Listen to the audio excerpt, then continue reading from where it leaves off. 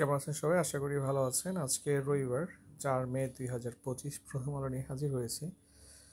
দেখেন আমাদের হচ্ছে 47 প্রিলিমিনারি ফাইনাল ব্যাচ শুরু হচ্ছে। ৭০ নম্বরের একটা কম্বাইন্ড ব্যাচ পুরা জিকে অর্থাৎ বাংলাদেশ ইন্টারন্যাশনাল এবং ভূগোল এবং ইথিক্স নিয়ে টোটাল বিসিএস এর অন্যতম গুরুত্বপূর্ণ 70 মার্কস আপনার হচ্ছে কাভার হয়ে যাবে। যাই হোক, আসেন আমরা দেখি।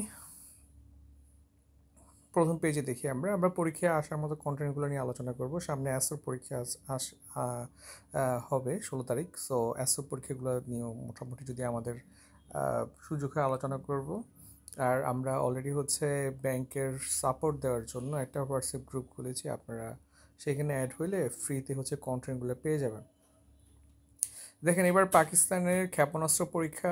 পাকিস্তান আপনারা জানেন যে প্রায় 450 কিলোমিটার আপনার একটা পাল্লা সহ একটা ব্যালিস্টিক মিসাইল পরীক্ষা করে। এটা মোটামুটি অনেক বেশি অ্যাডভান্সড এবং এটা সফল হয়।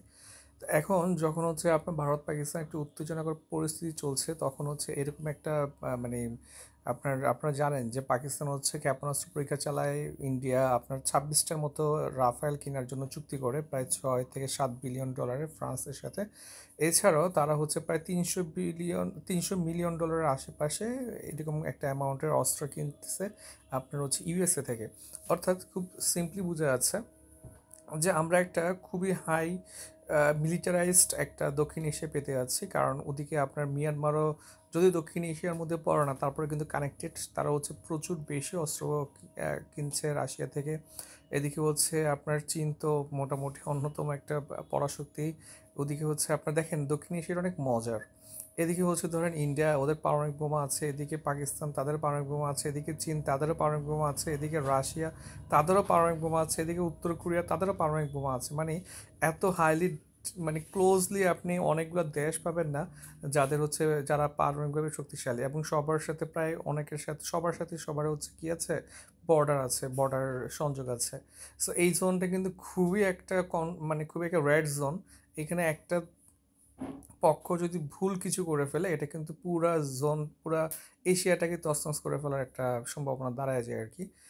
আপনারা জানেন যে পাকিস্তান থেকে ডাক এবং পার্সেল সেবা বন্ধের ঘোষণা করেছে ভারত, এবং হচ্ছে ভারত এবং পাকিস্তান পরস্পরের জন্য তাদের বন্দরগুলো আপনার বন্ধ করে দিয়েছে।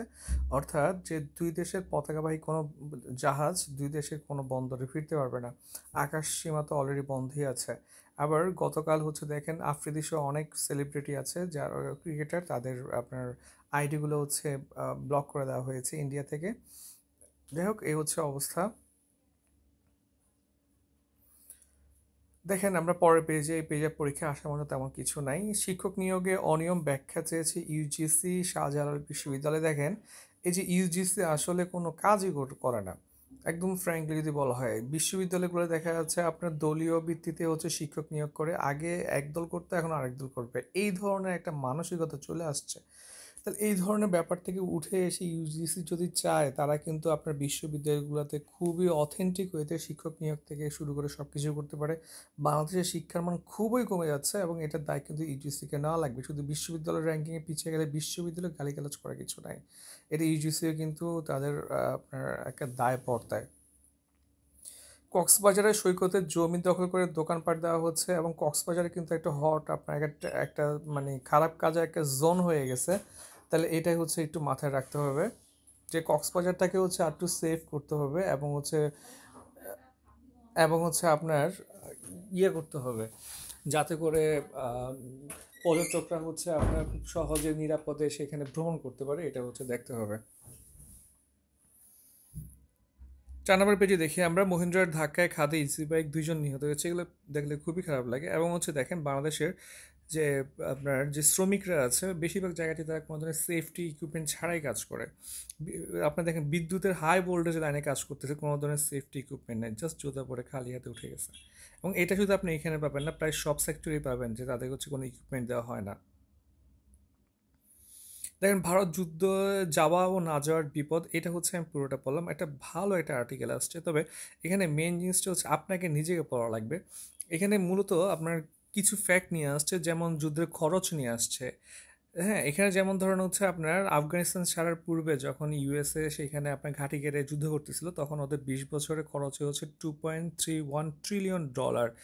এটাতে অনেক কিছু আপনার বাদ দেওয়া হয়েছে, যেমন হচ্ছে যারা প্রাণ হারিয়েছেন বা আহত হয়েছেন তাদের চিকিৎসা খরচ এবং ক্ষতিপূরণ বাদ দিয়ে আপনি যদি সবগুলো খরচ কাউন্ট করেন সুদ সহ ধরলে 2050 সালে এই অঙ্ক দাঁড়াবে $6 ট্রিলিয়ন। বিশাল বড় একটা কস্ট। ইউক্রেন রাশিয়া যুদ্ধে রাশিয়াকে প্রতিদিন অন্তত $289 মিলিয়ন খরচ করতে হচ্ছে। সো এখন ইন্ডিয়া হচ্ছে এত বড় একটা খরচ মানে বহন করতে প্রস্তুত কিনা সেটা একটা ফ্যাক্ট। আবার দেখেন যে ভারত একটা জাতীয়তাবাদী একটা শক্তি, এক কট্টর একটা শক্তি হিসেবে উঠে আসতেছে ধর্মভিত্তিক একটা রাজনীতি করে। সো মোদি মোটামুটি একটা প্রেশারে আছে যে আপনার ইন্ডিয়া বা পাকিস্তানকে কিছু না কিছু করার জন্য।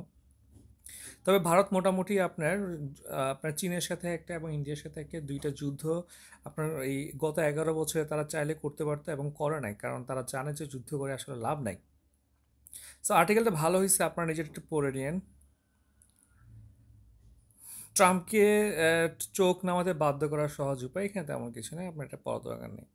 অপুষ্টিতে মারা যাচ্ছে শিশুরা, এটা নিয়ে প্রতিদিন নিউজ হচ্ছে, আসলে নিউজের পর নিউজ হচ্ছে, চুক্তি হচ্ছে, এই হচ্ছে সেই হচ্ছে। দেখেন ত্রাণ পাঠাতে চুক্তি প্রস্তুত, কোনো লাভ আছে? আপনার হচ্ছে এই যে সিজফায়ার নিয়ে হচ্ছে আপনার ইসরায়েল এবং হচ্ছে হামাস চুক্তি করছিল, ইসরায়েল হচ্ছে চুক্তি বন্ধ করে আবার মানুষ মারা শুরু করছে। তা আলটিমেটলি হচ্ছে এই যে চুক্তি যে আপনার হচ্ছেন এটা যে নষ্ট করলো ইসরায়েল, ভাঙলো, সেটার এগেনস্টে হচ্ছে ইসরায়েলকে কোনো পানিশ করা হয় নাই, যায় নাই, সম্ভব না। তাহলে এরকম যে পাওয়ারটা, যে হচ্ছে অ্যাবসলিউট পাওয়ার আছে, যে চুক্তি ভঙ্গ করলো তাকে পানিশ করতে পারবেন না বা তাকে চুক্তি মানতে বাধ্য করা যাচ্ছে না, তার সাথে আসলে চুক্তি হয় না। সৌদি আরবকে এবার $350 কোটি ক্ষেপণাস্ত্র দিচ্ছে যুক্তরাষ্ট্র। দেখেন যুক্তরাষ্ট্রের ইকোনমি মোটামুটি এখন ডাউনসাইজড হচ্ছে, আমরা একটু পরে দেখব। তো এই ডাউনসাইজড ইকোনমির আপনার দাঁড়ানোর জন্য হচ্ছে যুক্তরাষ্ট্রের সবচেয়ে পাওয়ারফুল মানে ব্যবসা প্রোডাক্ট হচ্ছে অস্ত্র, এবং সেই অস্ত্রগুলো হচ্ছে যুক্তরাষ্ট্র হচ্ছে আপনার ইউক্রেন থেকে শুরু করে সবাইকে দিচ্ছে। দেখেন এই যে ইউক্রেনের সাথে ইউএসএ যখনই হচ্ছে আপনার আপনার ওই যে খনিজ চুক্তি হয়েছে তখনই হচ্ছে রাশিয়ার বিরুদ্ধে নতুন মার্কিন নিষেধাজ্ঞা দিছে। এই যুদ্ধ বন্ধ করার আসলে ইউএসেরও খুব একটা বেশি ইচ্ছা নাই, তারাও চাচ্ছে এটাকে নিয়ে ক্যাপিটালাইজ করে ব্যবসা করতে আর কি। দেখেন সামান্য বৃষ্টিতে সড়কে পানি জমে ভোগান্তি, আপনার এটা সবখানে পুরো বাংলাদেশের ম্যাক্সিমাম জায়গাতে এরকম, এবং চট্টগ্রামে দেখা যায় পানি জমলে হচ্ছে অনেক এই কয়েকদিন আগেও একটা বাচ্চা মারা গেছে। তাহলে দেখেন এই যে নালাতে পড়ে মানুষ মারা যাওয়ার একটা মানে অকারেন্সটা প্রচুর হচ্ছে। তাহলে এই যে আপনি ভ্যাট দিচ্ছেন, ট্যাক্স দিচ্ছেন, তারা হচ্ছে নগরের তারা হচ্ছে কি করতেছে কতটুকু সেটার ফিডব্যাক দিচ্ছে, সেটা ইম্পর্টেন্ট। শুধু ভ্যাট ট্যাক্স দিতেই থাকবো, তারা আমাদের জন্য হচ্ছে কিছু করবে না, এটা করা যাবে না। মুন্সিগঞ্জে বিরোধের জেরে দাফন করে ফেরার পথে স্বজনদের লক্ষ্য করে ককটেল বিস্ফোরণ, মানে এটা যদি পরীক্ষার জন্য ইম্পর্টেন্ট, বাট কতটা মানুষ বর্বর হইতে পারে? প্রথমে তাকে কোপায় কোপায় মেরে ফেলছে, মেরে ফেলার পরে তাকে দাফন করে আসার সময় স্বজনদের উপরে ককটেল মারছে, মানে আপনার ল অ্যান্ড অর্ডার কোথায় গেছে চিন্তা করে দেখেন। ভাসানচর থেকে পালিয়ে চট্টগ্রামে আসা 35 রোহিঙ্গা আটক, চিন্তা করেন যে ভাসানচর থেকে মানুষ পালায় কেমনে? এটা একটা পুরো বলা যায় মানে পানি ঘেরা একটা দ্বীপের মধ্যে থেকে মানুষ পালায় কেমনে, এটা আমার ঠিক মাথায় ঢুকতেছে না। এটা নিয়ে কিন্তু ফেসবুকে অনেক আগে থেকে লিখে হচ্ছে, পত্রিকায় আসেনি, আজকে পত্রিকায় দেখলাম আমি, আগে হয়তো আসছে কিনা আমি আমার চোখে পড়ে না। আপনি চিন্তা করে দেখেন ভাসানচর থেকে যদি মানুষ পালায়, আপনার যদি চিটংয়ে আসতে পারে তাহলে সারা বাংলাদেশে যেতে পারে। এখন 35 জনকে ধরতে পারছেন, আসলে পালাইছে কজন সেটা ইম্পর্টেন্ট, এবং রোহিঙ্গা যদি এরকম পালাই দেওয়া সারা দেশে ছড়াছিটে যাইতে পারে তাহলে তো হয়েছেই, আমাদের দেশের অবস্থা 12টা বাজবে। যুক্তরাষ্ট্রের অর্থনৈতিক সংকোচন মন্দার আশঙ্কা করা হচ্ছে, এটা খুব একটা ইম্পর্টেন্ট না আমাদের জন্য। আমদানি পণ্য খালাস শুরু লাগবে না আমাদের, যেমন করমুক্ত আয় সীমা বাড়তে পারে। করমুক্ত আয়ের সীমা ভাই কমসে কম 10 লাখ থেকে 15 লাখ টাকা করা উচিত। কারণটা হচ্ছে খুব সিম্পল, আপনি হচ্ছেন ধরেন ইনকাম করতেছেন, ইনকাম ট্যাক্স দিলেন, এবং হচ্ছে ওই ট্যাক্সের উপরে যে টাকাটা আছে সেটার উপরে আপনি আবার প্রোডাক্ট কিনলে সেটার উপরে আবার ভ্যাট দেওয়া লাগে, আবার সেই টাকা আপনি যদি ব্যাংকে জমা দেন তার উপর 10% আপনার হচ্ছে টাকা কেটে রাখে, এবং আবার 10 লাখ টাকা হলে 3,000 টাকা কেটে রাখে। এত টাকা কাটতে কাটতে অবস্থা খারাপ বানায় ফেলে আর কি। যাই হোক এই পেজগুলো আমাদের জন্য ইম্পর্টেন্ট না, আমরা শেষ পেজে চলে যাচ্ছি। দেখেন আবরার হত্যা মামলার পূর্ণাঙ্গ রায় প্রকাশ, 20 জনের মৃত্যুদণ্ড এবং 5 জনের যাবজ্জীবন কারাদণ্ড বহাল রাখা হয়েছে, এবং প্রাথমিকে চালু হচ্ছে বৃত্তি। সবাইকে অসংখ্য ধন্যবাদ, ভালো থাকবেন সবাই।